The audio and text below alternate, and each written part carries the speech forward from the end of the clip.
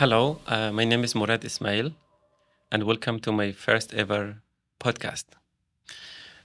Now, I would take the first segment of this talking about what this podcast will be about and why I want to bring this to your attention. This podcast will focus on human rights and intersection with the politics and the geopolitics on the international level, not focus on a certain area.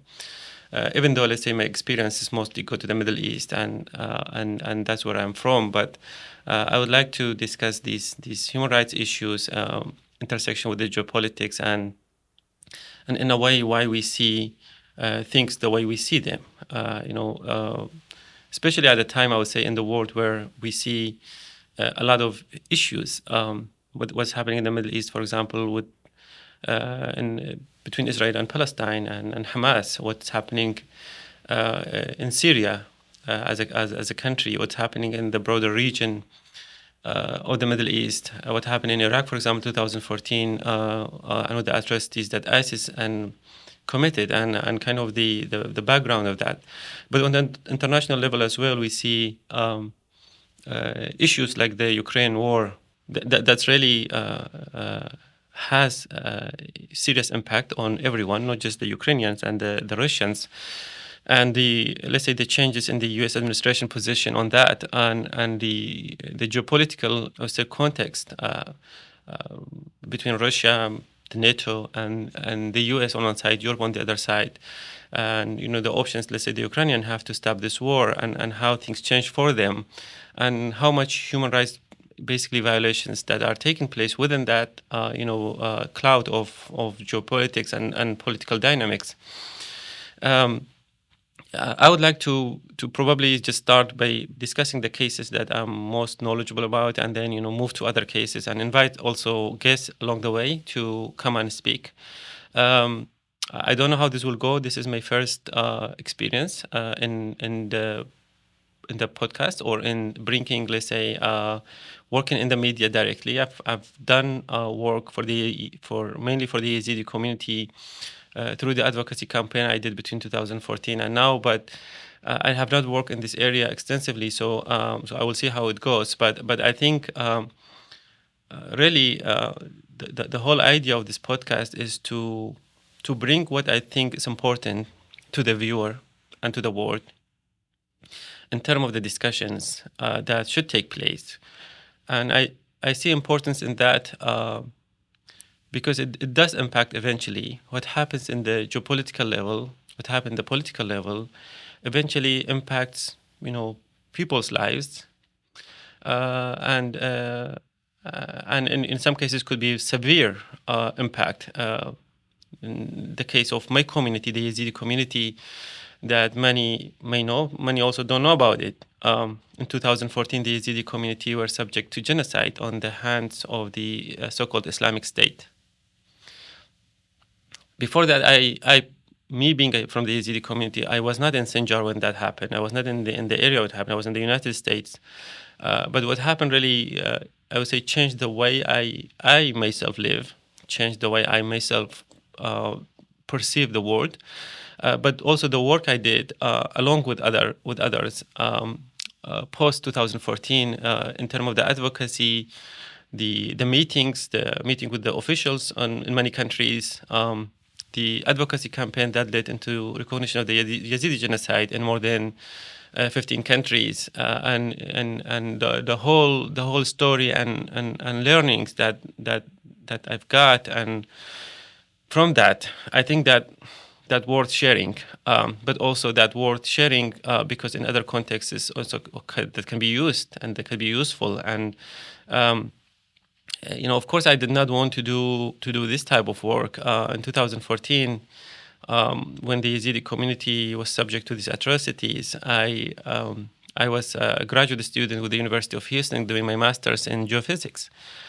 This was not my field, but seeing people close to me, relatives, neighbors, the entire Yazidi community, classmates, being driven from their homes for no reason, just for being Yazidis, and to be killed in masses, in some cases, to be enslaved.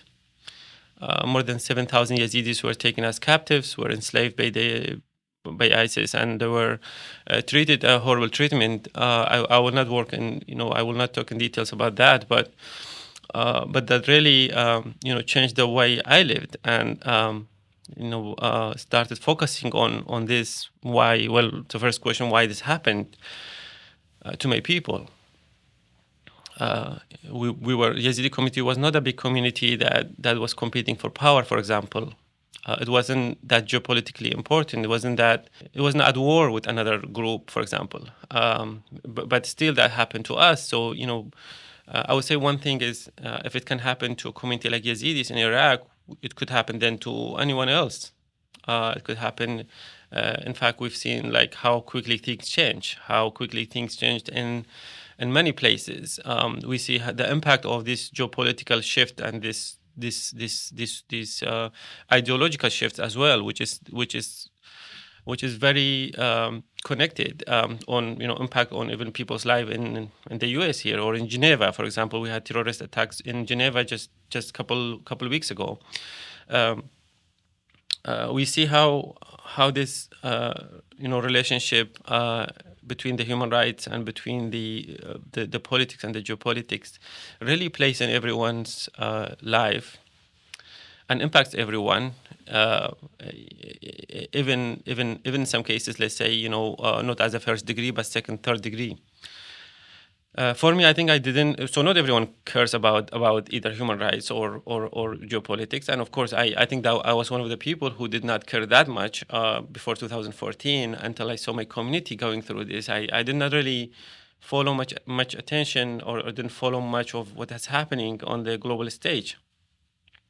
But of course, I started when my own people were subject to it. But I think now going back, it's really important on the personal level to know this, because it could impact you, but also it impacts the world around you. It impacts the communities around you, and I think eventually, a war that's just too unfair, it should not be acceptable. A war that human beings in the 21st century are still killed for who they are. Just walking to the studio today, reading the news that more than estimated 200 to 300 Alawites in Syria have been murdered by the HTS in Syria, the group that took over the power in Syria just a few months ago. Now that group is going into the minorities areas and executing people for who they are, basically. And there is not much attention, except for a few articles. I would say there's not much attention that's given to the Alawite, of course, plight that's going on right now.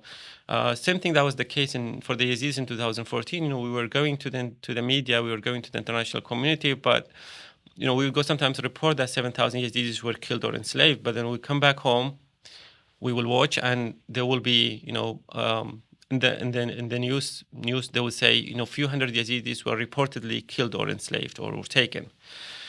It took us about 2-3 years just to establish the truth, what happened. It took us like 2 years of consistent campaign just to establish what was happening, because the world was not willing to accept what was happening. And I think today, and what's happening to the Alawite today, just this morning, I don't see a huge willingness in the international or in the world in general to acknowledge that this is happening right now. And of course, the bigger than that, nobody acknowledges it, but also nobody acts on it. Nobody acts to prevent it. It is a subject to the geopolitics of the Middle East, of Syria, for example, right now. The change of regime in Syria, and the Islamists, which they are, by the way, former jihadists from Al-Qaeda and from ISIS, from Al-Nusra, that came together to create HTS. HTS was in power for a couple of years in northern Syria, supported by Turkey, by Qatar, by other countries in the Middle East who supported them to stay in power. And then at the moment when the whole geopolitical situation in the Middle East changed, with the dynamics of Israel-Hamas conflict, but that's let's say that was the the conflict that people talk about it, but was mainly a regional conflict between Iran and Israel. That Iran eventually really lost that I would say that to Israel, and that led into the fall of Hamas in a big way. But also Hezbollah, and then also the fall of the Assad regime in Syria. So Syria, that's known, for example, historically to be under influence of Iran, a close ally to Iran. Assad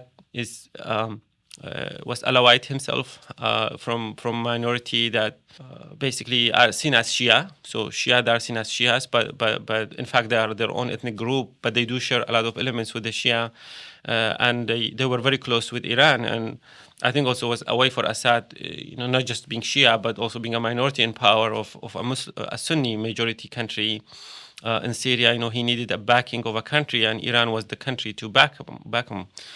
So when Iran lost in the region, of course, Assad weakened, and the Islamists in the north, supported by Turkey. So Turkey also is a country that is really getting stronger and stronger. I would say by the year, if not by the day.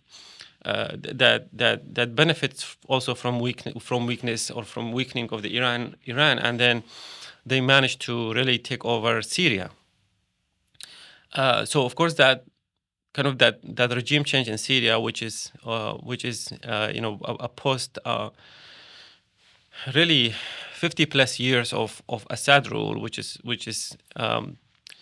was a cruel and criminal rule that really committed a lot of massacres.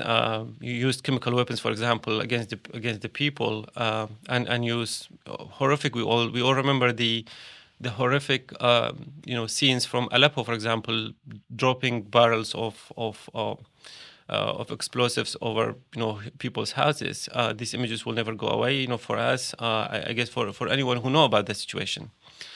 The regime who forced 12 million Syrians out. So the regime really did need to go, but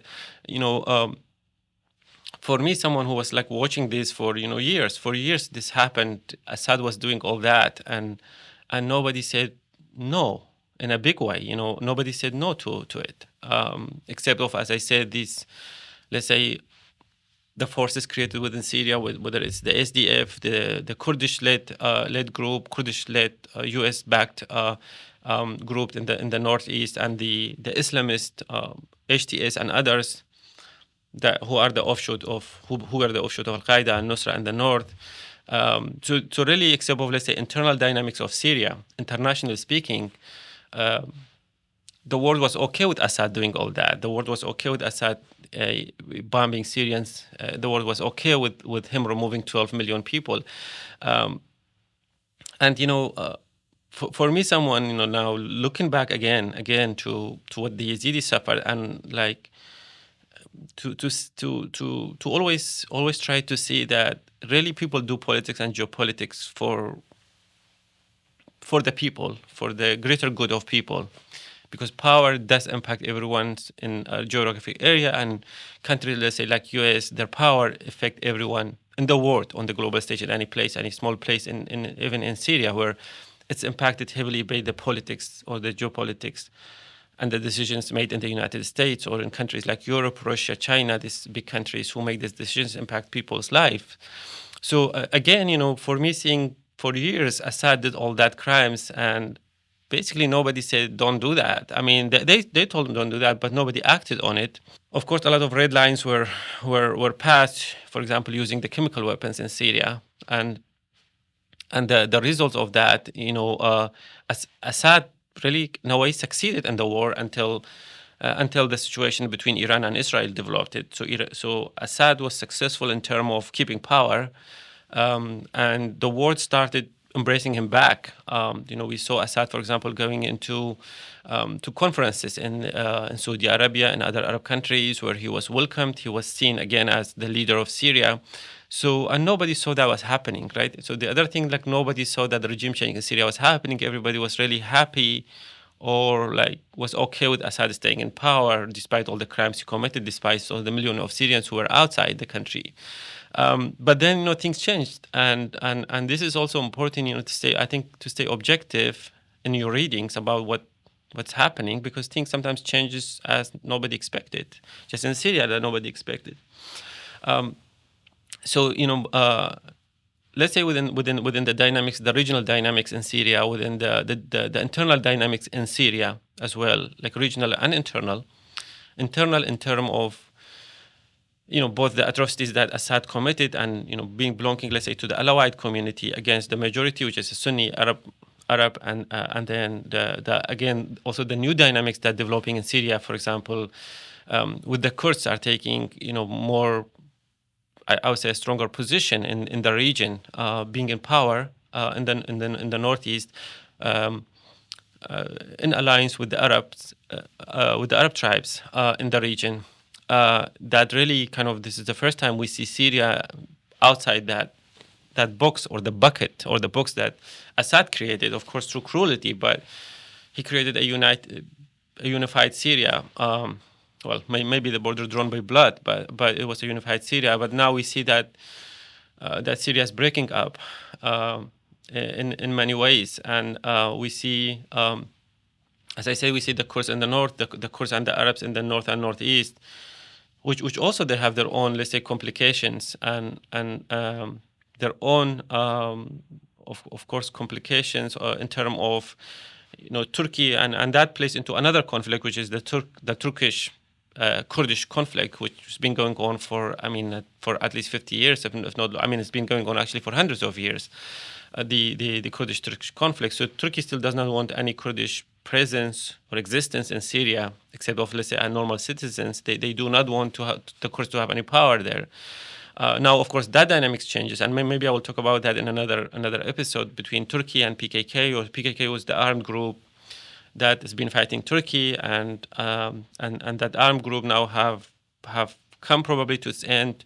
They laying their weapons, but the connection with the Syria, with the northeast Syria, is really a strong connection, because SDF is Turkey accuses them to be PKK, and of course to me they are not PKK. To the Americans they are not PKK. To some Europeans they are. For some others they are not. So it's really also understanding that dynamics, I think, is really important. But Syria has really became this place now, which is really, I would say, like in a term of a chaos, with the withdrawal of the Iran, or the weakening of the Iran, and all, of course, the removal of Assad from the power. So Assad was really mainly backed by Iran and Russia. I think Russia is managing to stay in Syria the way it was, just really, and this is something I think a normal person wouldn't believe it. And for me, I think if I did not do this type of work for like 10, 11 years, would be very difficult for me to see that, because to me, you are allied with someone, you stay in alliance. If you lose the war, then you lose the war. But let's say in the Syria context, Russia was bombing Syrians along with Assad. Russia was even actually bombing just probably 2 days before Assad the fall of Assad.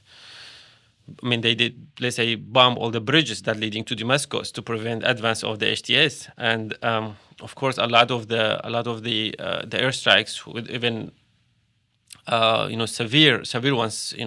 Russia participated in that. Probably they also participated in the chemical weapons attack. I don't know, but really, it's like geopolitically they are okay to just switch sides and now side with HTS, which is Al-Qaeda, which is Al-Qaeda or Al-Nusra.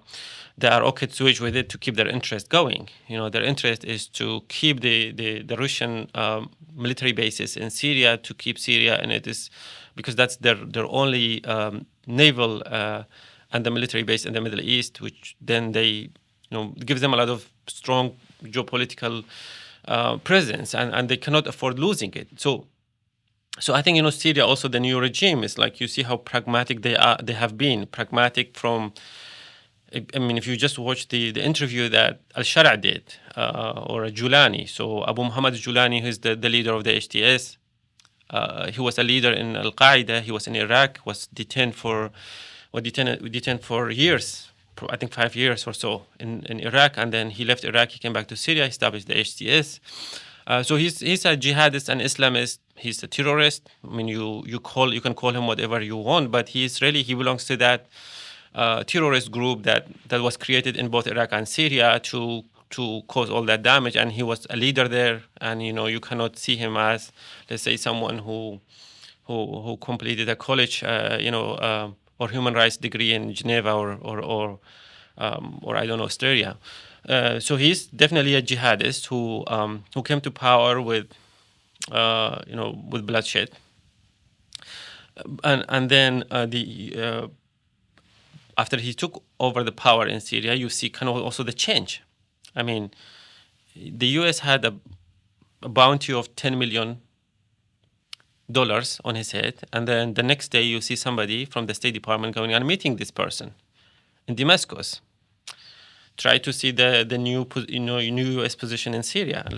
So for a normal person like me to see this happening, and for you to see this happening, I mean, if you are paying attention to see that happening, a jihadist making his way all the way up to become head of a state, I think this is not only crazy to see, but it's dangerous to see. We've seen, let's say, the Islamists in Afghanistan taking power, Taliban taking over Afghanistan. Taliban is the group that basically September 11 was, they harbored the people who done it, and they also did it. So it's like to see even U.S. enemies, U.S. being one of the strongest countries, withdrawing from Afghanistan, to give power back to the Islamists and to give power to the terrorists. These things stuck with me, and it really is hard for me to comprehend. And I think also a lot of just for a lot of people, it's really hard to just stay in these constant discussions of things that are not, attaching to your life directly. Let's say, Afghanistan doesn't attach an average person's life here in, let's say, in Nebraska or in the U.S. But it does affect, when on the global stage, it does affect when the next crisis happens. It does affect when the next, big things happen. Now we see the Islamists have taken power in Afghanistan, which is a huge country. Now we see the Islamists and the jihadists have taken power in Syria, and then in many other countries, in fact, also that even some of them are very close to the U.S. These countries also are led by Islamists, and in a way they also separate, or they contribute to separate of the terrorism globally. But still, U.S. work with them, whether they're Qataris, whether they're Turkey, whether some of these other countries who actively support terrorism, who fund terrorism, but then still we see them being close allies to the U.S. And for me, someone who watch this, and then see, for example, why a country like U.S. will be dealing with Qatar, who supported ISIS to start with, who supported HTS, who supported Hamas, who supported all these Islamist groups, and continue to support. If you watch Al Jazeera, for example, just for hours, you will see that Qatar's position is to bring the Middle East to more, Islamic control with the Muslim Brotherhood. So for example, Qatar being one of the pools of the Muslim Brotherhood, Turkey being another pool. And then you see them also working with the U.S. You go to Washington. I go to Washington for advocacy, let's say, the causes I believe in it, and you see Qataris there are spending, millions of dollars. Even I was told, for example, they are renting a whole hotels and bars and clubs, to invite people to it. People with influence, they are buying people in Washington so that they can stay. They stay doing what they are doing in the Middle East, but also stay close allies to the U.S. so that they can get protection, get weapons, get all that. So, I think the idea of this podcast is to try to bring some of these things to people, to the normal people, because I think normal people do have some power, even though it could be very small, because a lot of us just can understand things, but we cannot change them. That's why really I wanted to do. I want to do this. I want to help people, help the viewers to look more critically, more into the details of how things happening. And in some cases, even the countries, let's say we live in, like United States or bigger countries, they maybe not willingly, or maybe not, they're not understanding the depth of the decisions they're making, but the decisions do impact the other people. Like what's happening in Syria, as I said today, is a result of this geopolitical shift, or again, so I would say, the world being okay with Assad, just that he stays in power, whatever he does, he's okay. until he was gone, and then now you see the Islamists coming taking over. You see this shift in the power dynamics in the Middle East, and then which the cost could be again tens of thousands of people like Alawites, like Druze, like the Kurds, like the Yazidi minority, for example, in Syria. That's another situation. For example, Yazidis were about 80,000 people in Syria up until Syrian war, and now there's only a few thousand who live there. So this war bring huge changes with them. These huge changes usually impact the weakest in the community, or the weakest communities, especially in places in the Middle East, where you see the weakest communities suffer. It has clear and strong implication for the way they live. One of the segments for this podcast, I wanted it to be the situation in Syria and what's really happening, and what's really happening also in terms of the dynamics, or the new dynamics that we see between Israel and between Turkey. Of course, this is something that, let's say, President Trump, I think highlighted in one of his speeches that Turkey is strong military, but today that strong military is actually at the border with Israel. So Turkey now is effectively in Syria, while Israel, for example, on the other side, is trying to establish control over southern Syria with the Druze areas, but also outside the Druze areas in Syria. And this is really a new dynamic, I would say, that's playing. Israel, for example, is probably one of the biggest actors in the Middle East, and geopolitically speaking, traditionally had a war with Iran and with Iran proxies, whether they were Hezbollah, Hamas, Iraqi militias, etc. But now the whole dynamics are changing, with Iran withdrawing to trying just to protect Iran as a country, with maybe still some influence, or actually some influence in Iraq, but they are not as strong as they are. But with Turkey now really taking control over Syria, and then with the Islamists in Syria taking control, Israel is seeing, of course, new threat to its existence. Because I think, and I think they're right about that. They're right about having an Islamist or a jihadist at your border. Assad was an enemy to Israel, but he was a different type of enemy, because Israel, Assad's main goal was his regime, was continuation of the regime, was really, his whole thing against Israel was just a label to me, I think. Because he really never acted in terms of, he acted in a way maybe against Israel, just passage of the weapons to Hezbollah, for example, with the use of the Syrian territory for Iran and for the Hezbollah and these proxies, because he also benefited from both, from Iran and Hezbollah, to stay in power. So he did that for them, but he did not act as strongly against Israel, for example, launching direct attack, even though, let's say, part of Syria are still occupied by Israel, like Julan.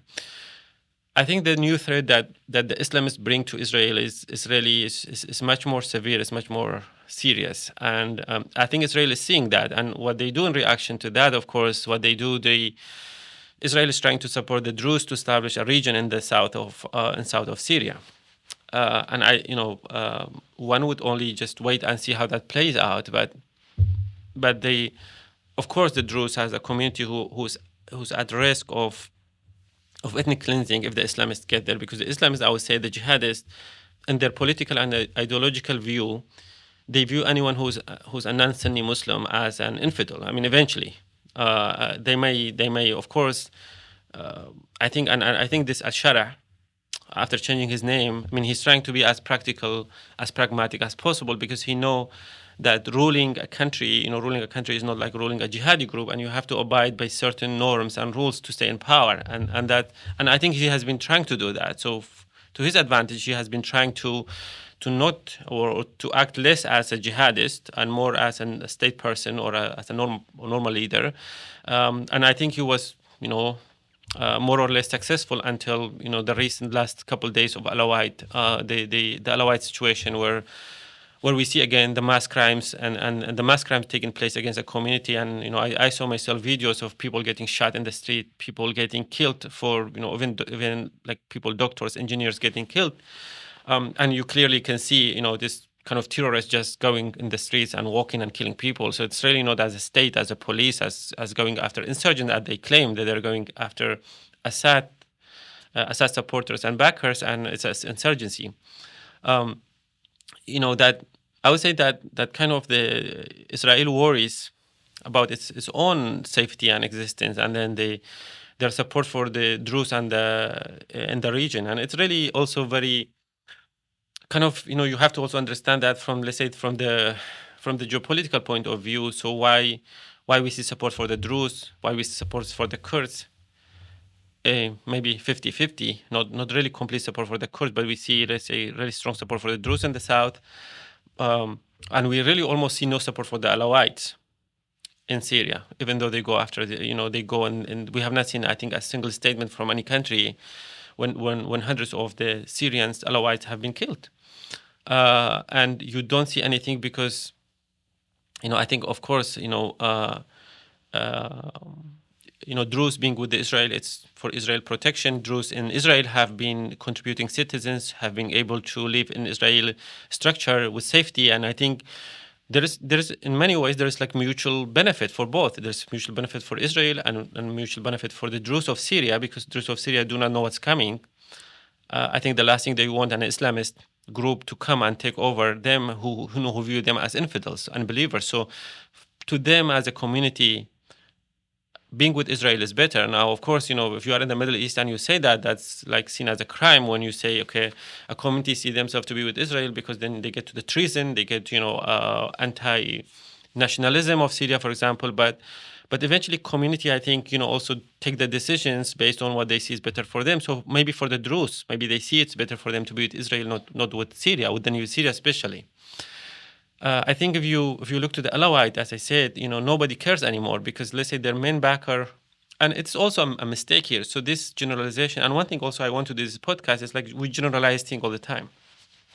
We generalize things, like we take positions on one thing, and we always support that position, whether it's good or bad. And yesterday, a Yazidi friend here was telling me basically, if you want to do a successful podcast, you have just to stick to one ideology, and you have to kind of be the one who just pump argument into that in support of that ideology, like a single or kind of a single view ideology. So it is like I don't think that's me as a person. I don't think that also objective. So that's why I think it's really important to look at the situation not from that radical view, or from one view. Let's say I support the new Syria because I support the new Syria only because Sunnis have taken over power. And if you look into, let's say, the Arab world, or let's say the Muslim world, like, yes, I think mostly many people or many countries even will support new Syria only because now the power has shifted from the Alawites, or let's say from Assad to the Sunnis, so they will support it regardless what they do. There are other people who will stay against this new Syria. That doesn't matter what they does, because they see Sunnis taking power. Is like they shouldn't have taken power, but I think it's more than that. It's more complex than that one single view or single ideology. For the Alawite, for example, there is that basically people saying Alawites were like Assad people, and Assad lost, so they will lose. And of course, maybe few Alawites have committed crimes. Maybe they did support, or some of them did support Assad, but the fact is, considering them all being Assad supporter, which they call Flul Assad, I think that's really is not right, and that's not objective. But you see, for example, the international attention to what Druze go through, what Alawites go through, and with the Kurds was a little bit different. I think that's another situation in Syria that is really important, because the Kurds today, or the Kurds and the Arab allies in Syria, they control about 40% of the land in Syria. And that 40% of the land also happened to be the richest in terms of the oil resources. But the threat to that, of course, so that's kind of part of the story of the Northeast. But there's also the other part of the border, which the zone that Turkey has been trying to establish, which they already did also, let's say in places like Afrin or Tel Abyad, where they did establish this. I believe that's like 30 miles or 30 kilometers wide corridor. And of course, they committed ethnic cleansing and genocide in these areas. I mean, I know about that situation because I was talking to people there where when Turkey came into to northern areas of Syria. Basically, they just pushed people out of their towns and their cities, and they replaced them with the with the Arab Sunnis. And that was happening in Afrin, in Tel Abyad, and other places. And that's also the Yazidi community had more than 20 villages there. So I know that happened to the Yazidi community. I also happened to the Kurds in that region. So, and now with Turkey really seeing the Kurdish territory as a threat. And also, I think it's not. So what Turkey says to the world, basically, PKK is a threat to our national security. Turkey is like, this is our border. We have to protect it. And in a way, US and Europe are. Of course, U.S. is there.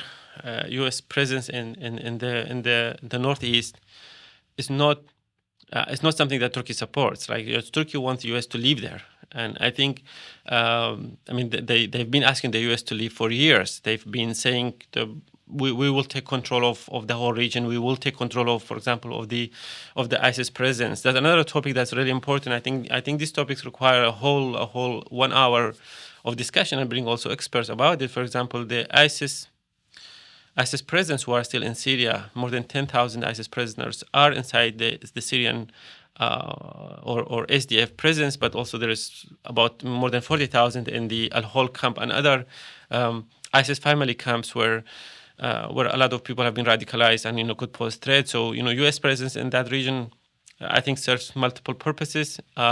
One of them is like prevention of release of these ISIS prisoners. When Turkey says, okay, we're going to take over, northeast Syria, but I think there's much more into that because Turkey really see Kurds as a threat. They don't want any Kurdish presence in that region, just the way they didn't want any Kurdish independence in the northern Iraq when the Kurdish referendum happened in Iraq, where Turkey, Iraq, Iran, they all come together to close that and to prevent the independence of the Kurdistan region. I think the same thing, we see in Syria. There's a lot for Syria. So the way the West, let's say, approach the northeast Syria, I think so far so good. I don't know how committed Trump will be for U.S. presence in Syria, but that's really also a great implication from that. I think removal of the U.S. forces from northeastern Syria could allow another massacre just the way we see with the Alawites right now. Against the militants of HTS and others will commit mass crimes against the Kurds and against the minorities in the northeast Syria. So withdrawal of U.S. forces from that region will have an immediate catastrophic human rights violation against these communities. But it's for U.S. I think it's also more than that, more than just protecting, let's say the human rights. Of course, it's not human rights. Again, I think personally, human rights is about 5% of what you see in geopolitics, maybe not more. I think about 95% of decisions made in the geopolitical and political space have nothing to do with human rights. Only a small percentage where human rights is seen as important element. But on the let's say practical side as well, U.S. being in northeast Syria, it serves multiple purposes. It serves multiple purposes in terms of protection of Israel, for example, because the Kurds are seen as friends, natural friends to Israel. Minorities all are seen, let's say, natural friends to Israel, and how right that is, and how minorities and Israel, let's say, can work together or not work together. I mean, that's a different story. But in general, the minorities and the Kurds, they have less hatred against Israel, and they probably less serve the those who try to destroy Israel as an existence. So I think Israel is also pushing very hard to protect northeast Syria, indirectly, at least. I was very worried about Trump withdrawing forces from northeast Syria. I personally thought this will be one of the first decisions he will make, is to withdraw from northeast Syria, and is to establish, because that was his political message. We want to leave, and we want to bring U.S. forces back. We don't want new wars, but we want to leave, just the way happened in Afghanistan, for example, or happened in Iraq before that, which also resulted into ISIS coming back to power. When U.S. withdrew from Iraq, that resulted into ISIS to come to power. So I thought that would happen in Syria, but I think with the new dynamic in Syria, maybe U.S. will stay I don't think U.S. is as committed to Syria, but that might change, and we'll see what Trump to do is going to do on that. So um, it's really on Syria. I think this new shift in the geopolitics and the geopolitics of Syria brings a lot of threat with it. Whether if you're talking about the dynamics between Israel and Turkey, if you're talking about the internal dynamics between the different ethnical and religious groups inside Syria, I think the chance of a civil war in Syria is very high. It's probably the highest uh, since beginning of the Syrian revolution in 2011. I think of course some people think this is just consolidation of power, that the new regime in Damascus will crush the insurgencies, and there are a lot of groups have been created inside Syria for now trying to let's say be in power in some areas. So this is maybe just a phase of consolidation of power where there will be massacres, just like what Assad did when he came to power in 70s. A lot of massacres, which eventually ended up with him consolidating the power and being the guy in charge of the country for and then his son for like for about 50 years.